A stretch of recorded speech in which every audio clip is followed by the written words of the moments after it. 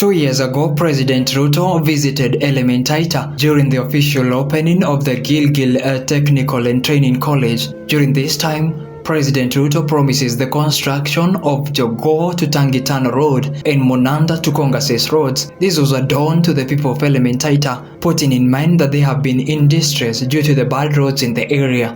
Lakini kuna barabara ambayo iko hapa mahali inaitwa Jogoo, inakuja hapa kwenu, inaenda hapa sindio Kiptangwanyi, alafu inateremuka mpaka Tangi mingi huko Tangitano, masiju Tangi ngapi, sindio? Hiyo barabara nimeambiwa ni karibu kilomita 25. Hiyo barabara nimekubali next month tunakuja kuanza kujenga. Some months later, President comes back. He now launches the construction of Kongases to Monanda Road.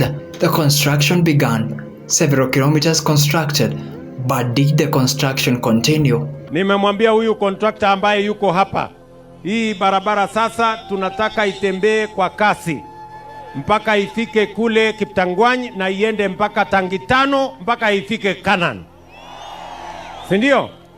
Na nimemwambia kabla ya next year mimi nataka hii barabara iwe imekamilika. Months later, the people in the area are now suffering. Following the rains that are raining now, the roads are again muddy. The construction didn't take place as planned. In 1 year, President Ruto promised that these roads would have been constructed, but to date, was the construction completed? The following pictures explains the current status of the roads. Failed promises, people suffering. Who has failed? The people in the area. During these promises, all leaders in Nakuru County were present. Today, the people in the area calling out for help.